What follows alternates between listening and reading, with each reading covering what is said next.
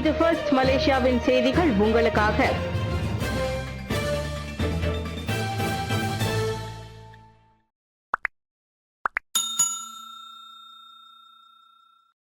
கிள்ளானில் மது போதையில் ஓட்டி மரண விபத்தை ஏற்படுத்திய காரோட்டி மீது ஏன் கொலை குற்றச்சாட்டு? ஏஜி விளக்கம். கிள்ளானில் நிகழ்ந்த மரண விபத்தில் மதுபானம் அருந்தி வாகனம் ஓட்டிய ஆடவர் மீது கொலை குற்றச்சாட்டு விதிக்கப்பட்டதை தேசிய சட்டத்துறை தலைவர் AG Tan Sri Mohamed Dusuki Mokhtar தற்காத்துள்ளார். மார்ச் 29ஆம் தேதி நிகழ்ந்த அச்சம்பவத்தில் 28 வயதுடைய கணபதி சக்தி மோட்டார் சைக்கிளில் சென்ற ஹெயிலிங் ஓட்டுநரான அமீருல் ஹாஃபிஸ் ஒமர் என்பவரின் உயிரிழப்புக்கு காரணமானார். குற்றம் சாட்டப்பட்டவர் வேக கட்டுப்பாட்டை மீறி காரோட்டியதோடு எதிர் திசையில் வேண்டுமென்றே புகுந்து மோட்டார் சைக்கிளுடன் மோதியுள்ளார். மேலும் சம்பவத்தின் போது அவர் மதுபானமும் போதைப் பொருளும் பயன்படுத்தியதும் தெரிய வந்துள்ளது. ஆக எதிர் திசையில் நுழையக்கூடாது என தெரிந்திருந்தும் அந்நபர் அதிவேகத்தில் நுழைந்த செயலானது இறந்தவருக்கு உடனடி ஆபத்தை உண்டாக்கி மரணத்திற்கு வித்திட்டுள்ளது. எனவே சம்பவத்தின் குற்றத்தை தீவிரத்தை கருத்தில் கொண்டே குற்றவியல் சட்டம் 300D பிரிவின் கீழ் சக்தி கணபதி மீது கொலை குற்றச்சாட்டு பதிவு செய்யப்பட்டுள்ளதாக டுசுகி விளக்கினார். 3.32 கிலோ ஹெராயின் கடத்தல் சுவிட்சர்லாந்து ஆடவர் கைது. தண்ணீர் குழாய் சுருள் பெட்டிக்குள் மறைத்து வைக்கப்பட்டிருந்த 2,65,920 ரிங்கிட் மதிப்புடைய 3.32 கிலோ ஹெராயின் கடத்த முயன்ற சுவிட்சர்லாந்து ஆடவர் ஒருவர் கோலாலம்பூர் அனைத்துலக விமான நிலையத்திற்கு வந்திறங்கியதும் கைது செய்யப்பட்டார். மலேசிய எல்லை கட்டுப்பாடு மற்றும் பாதுகாப்பு நிறுவன பணியாளர்களின் உதவியுடன் போதைப்பொருள் கண்டறியப்பட்டதாக KLIA சுங்கத்துறை இயக்குநர் சுல்கிஃப்லி முகமது தெரிவித்தார். KLIA 2வது முனையத்தின் வருகையாளர் மண்டபத்தில் தடுத்து நிறுத்தப்பட்ட அந்த ஆடவர் தென்கிழக்காசிய நாட்டிலிருந்து மலேசியாவிற்குள் நுழைய முயன்றார். அவர் கொண்டு வந்திருந்த தண்ணீர் குழாய் சுருள் பெட்டியை ஸ்கேன் செய்த போது அதற்குள் சந்தேகத்திற்கு இடமான மற்றும் கேள்விக்குரிய படங்கள் இருப்பது தெரிய வந்ததை அடுத்து அவர் தடுத்து வைக்கப்பட்டுள்ளார். மேற்கொண்டு நடவடிக்கை எடுப்பதற்காக அந்த போதைப்பொருள் பின்னர் KLIA சுங்கத்துறை அமலாக்க பிரிவிடம் ஒப்படைக்கப்பட்டது. 4 மைகார்டுகளை பயன்படுத்தி $95 பெட்ரோல் வாங்கிய ஆடவர் கைது. ஆடவர் ஒருவர் 100 லிட்டருக்கும் அதிகமான $95 பெட்ரோலை வாங்குவதற்காக 4 மைகார்டு அட்டைகளை பயன்படுத்தியதாக சந்தேகத்தின் பேரில் கிளந்தான் போலீஸ் துறை அந்நபரை கைது செய்துள்ளது. தும்பாட்டில் உள்ள ஒரு பெட்ரோல் நிலையத்தில் சந்தேக நபர் பெட்ரோல் வாங்கிக் கொண்டிருந்த போது தடுத்து வைக்கப்பட்டதாக கிளந்தான் போலீஸ் தலைவர் யூசுப் மமாட் கூறினார். இந்த விவகாரம் உள்நாட்டு வர்த்தகம் மற்றும் வாழ்க்கை செலவின அமைச்சிற்கு பரிந்துரைக்கப்பட்டுள்ளது. சந்தேக நபர் மீது 1958ஆம் ஆண்டு தேசிய பதிவு சட்டத்தின் கீழும் விசாரணை நடத்தப்பட்டு வருவதாகவும் அவர் சொன்னார். அந்த ஆடவருக்கு எதிராக எடுக்கக்கூடிய நடவடிக்கைக்காக போலீஸ் துறை மற்ற பொருத்தமான சட்ட விதிகளை ஆராயும். தாய்லாந்திலிருந்து கிளந்தானுக்கு டீசலை கடத்த மலேசியர்கள் முயற்சித்ததாக எந்த வழக்குகளும் இல்லை என்றும் யூசுப் கூறினார். இதுவரை எல்லையை கடந்து டீசலை கொண்டு வர முயன்ற எந்த மலேசியரும் கைது செய்யப்படவில்லை என்றும் அவர் கூறினார்.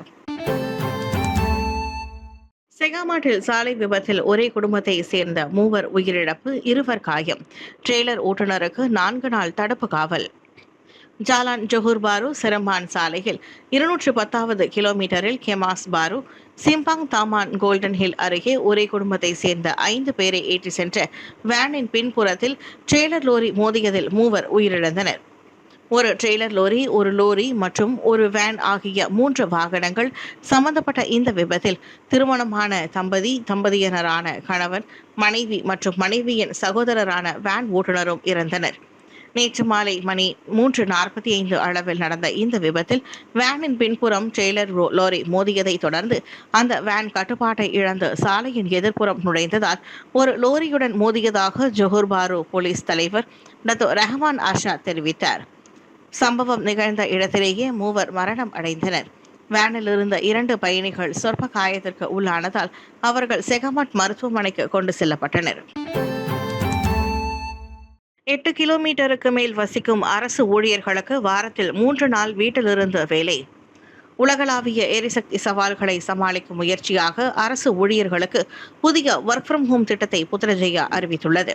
அவ்வகையில் அலுவலகத்திலிருந்து 8 கிலோமீட்டருக்கு மேல் வசிக்கும் அரசு ஊழியர்கள் இனி வாரத்திற்கு 3 நாட்கள் வீட்டிலிருந்து வேலை செய்ய அனுமதிக்கப்படுவார்கள். இத்திட்டம் ஏப்ரல் 15 முதல் அமலுக்கு வருவதாக பொது சேவைத்துறை அறிவித்துள்ளது. ஞாயிற்றுக்கிழமை வேலை நாளாக கொண்ட கெடா கிளந்தான் தெலங்கானாவில் திங்கட்கிழமை முதல் புதன்கிழமை வரை வீட்டிலிருந்து வேலை செய்யலாம். இதுவே மற்ற மாநிலங்களில் செவ்வாய் முதல் வியாழன் வரை வீட்டிலிருந்து வேலை செய்ய அனுமதி வழங்கப்படும்.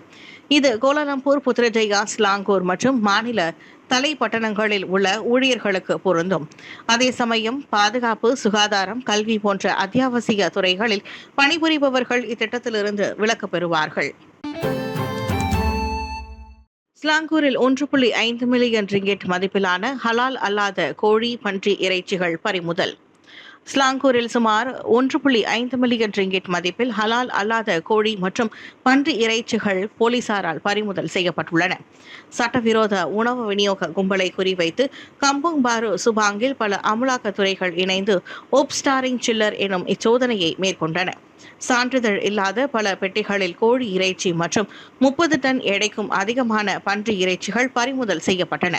இந்நடவடிக்கையில் தொழிற்சாலை உரிமையாளர்கள் மற்றும் பணியாளர்கள் உட்பட மொத்தம் 32 பேர் கைது செய்யப்பட்டனர். இந்த கும்பல் இறைச்சிகளை கடத்தி சட்டவிரோதமாக சந்தைகளுக்கு விற்று வந்ததாக போலீசார் தெரிவித்தனர். முஸ்லிம் அல்லாத வழிபாட்டு இடங்களுக்கான வழிகாட்டிகளை அமைச்சரவை விரைவில் ஆய்வு செய்யும். பிரிஸ்மா தளமும் தொடக்கம். முஸ்லிம் அல்லாத வழிபாட்டு இடங்களுக்கான புதிய திட்ட வழிகாட்டி நகலை அமைச்சரவையில் விரைவில் ஆய்வு செய்ய உள்ளது. தேசிய ஒருமைப்பாட்டுத்துறை அமைச்சர் டத்தோ ஆரோன் அகோடாகாங் அதனை தெரிவித்தார். வீடமைப்பு ஊராட்சித்துறை அமைச்சான KPKT வரைந்துள்ள இந்த வழிகாட்டி முஸ்லிம் அல்லாத வழிபாட்டு தலங்களில் திட்டமிடல், கட்டுமானம், நடைமுறைப்படுத்துதல் ஆகியவற்றை உட்படுத்தியுள்ளது. இதனிடையே ஒருமைப்பாட்டு அமைச்சு பிரிஸ்மா எனும் புதிய தளத்தை அறிமுகப்படுத்துகிறது. இது சமூகத்தில் எழும் உணர்ச்சிபூர்வமான பிரச்சினைகளை தரவின் அடிப்படையில் முழுமையான முறையில் கையாளும் என ஆரோன் கூறினார். இது தவிர 12 புதிய சமூக மத்தியஸ்த மையங்களுக்கும் அமைக்கப்பட உள்ளன. 10 மாநிலங்கள், கோலாலம்பூர் மற்றும் லாபுவான் கூட்டரசு பிரதேசங்களில் அவை தொடங்கப்படும்.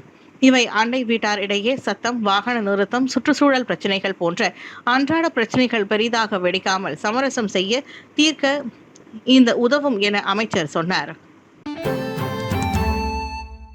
பாலியல் தொந்தரவு வைரல் வீடியோவில் காணப்பட்ட நபரை போலீஸ் தேடுகிறது. பாலியல் தொந்தரவு தொடர்பில் சமூக ஊடகங்களில் வைரலான ஒரு வீடியோவில் காணப்படும் ஆடவரை போலீசார் தேடி வருகின்றனர். த்ரெட்ஸ் சமூக ஊடகத்தில் பதிவேற்றப்பட்ட அவ்வீடியோ காஜாங் MRT நிலையத்தின் கேட் A நுழைவாயிலில் பதிவு செய்யப்பட்டதாக நம்பப்படுகிறது.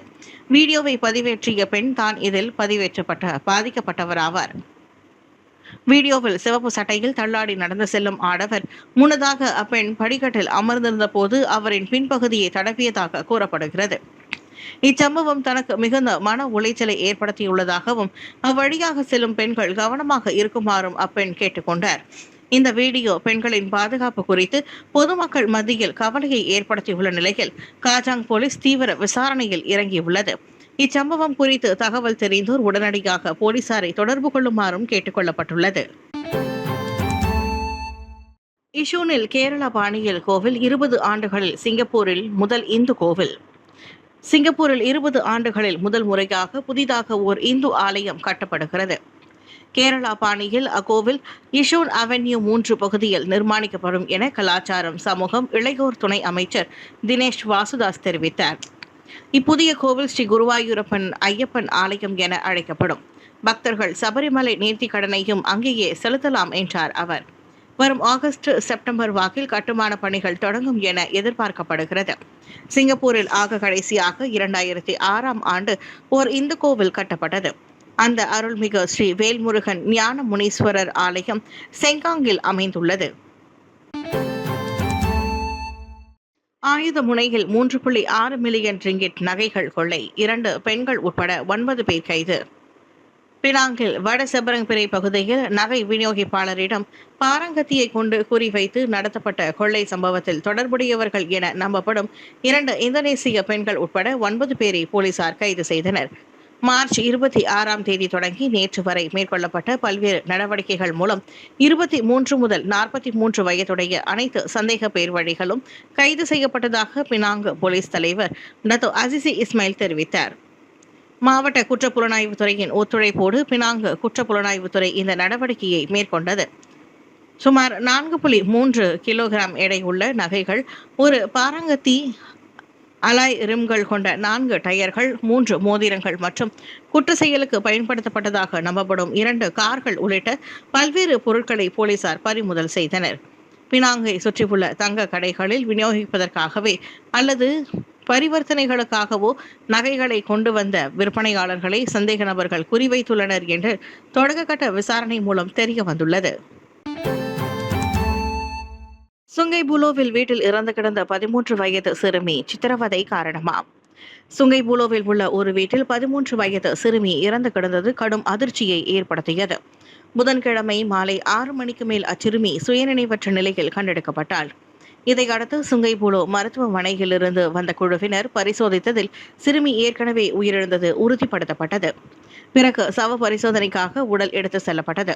சிறுமியின் மரணம் தொடர்பில் இதுவரை 3 வாக்குமூலங்கள் பதிவு செய்யப்பட்டுள்ளதாக மாவட்ட போலீஸ் தலைவர் கூறினார். சித்திரவதை, அலட்சியம் மற்றும் மனதளவிலோ அல்லது உடல் அளவிலோ காயம் ஏற்படும் அளவுக்கு கைவிடப்பட்டது ஆகிய கோணங்களில் 2001 சிறார் சட்டத்தின் கீழ் விசாரணை நடத்தப்படுகிறது. நாடளாவிய நிலையில் 6 இடங்களில் ஒற்றுமை வார விழா 2026. தேசிய ஒருமைப்பாட்டுத்துறை அமைச்சு ஒற்றுமை வார விழா 2026 நிகழ்ச்சியை இவ்வாண்டு மீண்டும் நடத்துகிறது. 4வது ஆண்டாக நடைபெறும் இவ்விழா இவ்வாண்டு பெர்சாமா மெம்பினா நெகரா பங்சா, அதாவது ஒன்றிணைந்து தேசத்தை நிர்மாணிப்போம் என்ற கருப்பொருளை கொண்டுள்ளது.